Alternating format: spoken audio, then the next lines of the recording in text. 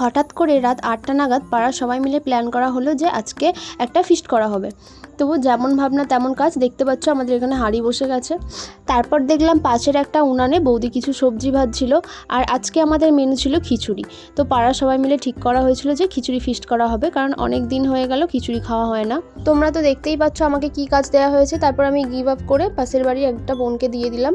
তো আমার খুব হাত ব্যথা করছিল অ্যাকচুয়ালি। তারপর এখানে এসে দেখলাম যে বৌদির প্রায় সবজিগুলো ভাজা হয়ে গিয়েছে, আর এখানে আমাদের খিচুড়ি তো বসেই গেছে, তোমরা সবাই দেখতে পাচ্ছ। এরপর আমরা চলে গিয়েছিলাম পাড়ার একজনদের কলা গাছে কলা পাতা কাটতে। আজকে সবাই মিলে ঠিক করা হয়েছিল যে কলা পাতায় খাওয়া হবে। তোমাদেরও এরকম কার কার কলা পাতায় খেতে ভালো লাগে আমাকে কমেন্টে জানিও। এর মধ্যেই দেখলাম যে আমাদের খিচুড়ি রান্না কমপ্লিট হয়ে গিয়েছে, আর তোমরা এক ঝলক খিচুড়িটা দেখে নাও। বাই দ্য ওয়ে, খিচুড়িটা কিন্তু খুব টেস্টি হয়েছিল। তোমরা বিশ্বাস করবে না, আমি চারবার খিচুড়ি নিয়েছি।